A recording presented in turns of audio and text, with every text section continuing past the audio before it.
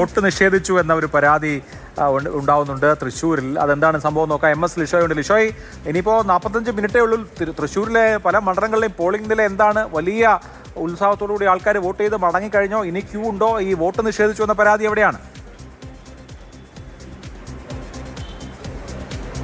അഭിലാഷ്, ശ്രീജ, വളരെ ആവേശത്തോടു കൂടി തന്നെയാണ് തൃശ്ശൂരിൽ പോളിംഗ് പുരോഗമിക്കുന്നത്. ഞാൻ ഈ നിൽക്കുന്നത് അമ്മാടം സെൻറ് ആൻ്റണീസ് സ്കൂളിലാണ്. ഇവിടെ 79% പോളിംഗ് എന്ന് പറയുന്നത്. അപ്പോൾ അത്രത്തോളം കനത്ത പോളിംഗ് ആണ് ഓരോ ബൂത്തുകളിലും നടക്കുന്നത്. ഈ ബൂത്തിലെ കാര്യമാണ് ഞാൻ പറയുന്നത്. അതുപോലെ തന്നെ വോട്ട് നിഷേധിച്ചൊരു സംഭവം ഉണ്ടായിരിക്കുന്നത് തൃശ്ശൂർ മണ്ഡലത്തിലെ കുറുക്കഞ്ചേരിയിലാണ്.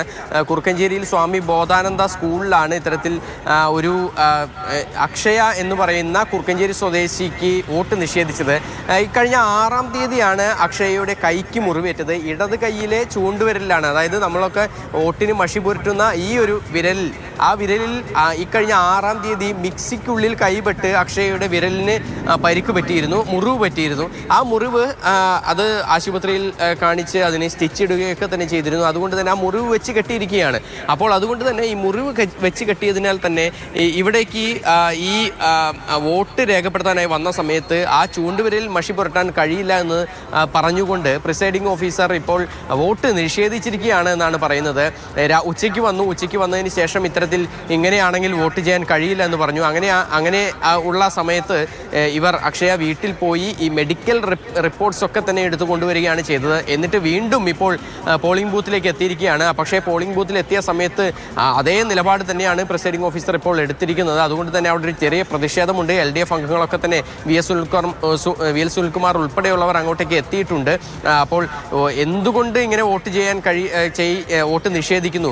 ആ ഒരു വിരലിന് പരിക്ക് പറ്റിയിട്ടുണ്ടെങ്കിൽ, മുറിവ് പറ്റിയിട്ടുണ്ടെങ്കിൽ മറ്റു വിരലിൽ മഷി പുരട്ടിക്കൂടെ എന്നുള്ളൊരു ചോദ്യം ഇവിടെ ഉയരുന്നു. പക്ഷെ അത് കഴിയില്ല എന്ന നിലപാടിൽ ഉറച്ചു നിൽക്കുകയാണ് ഈ പ്രിസൈഡിംഗ് ഓഫീസർ. അതുകൊണ്ട് തന്നെ അവിടെ ഒരു നേരിയ ഒരു തർക്കം നടക്കുന്നുണ്ട്. എന്തായാലും ആർക്കും വോട്ട് നിഷേധിക്കാൻ കഴിയില്ല എന്നുള്ളൊരു നിലപാടാണ് ഇലക്ഷൻ കമ്മീഷനുള്ളത്. അതുകൊണ്ട് ഇത്തരം ചെറിയ ചെറിയ കാര്യങ്ങൾ പറഞ്ഞുകൊണ്ട് മെഡിക്കൽ റിപ്പോർട്ട്സ് ഉൾപ്പെടെ ഹാജരാക്കിയ സാഹചര്യത്തിൽ അത് വോട്ട് ചെയ്യാൻ അനുവദിക്കേണ്ടതാണ് എന്നുള്ളതാണ് ഈ വോട്ടറുടെയും അതുപോലെ തന്നെ വോട്ടറുടെ കൂടെയുള്ളവരുടെയും ഒക്കെ തന്നെ ആവശ്യം. എന്തായാലും നമുക്ക് നോക്കാം.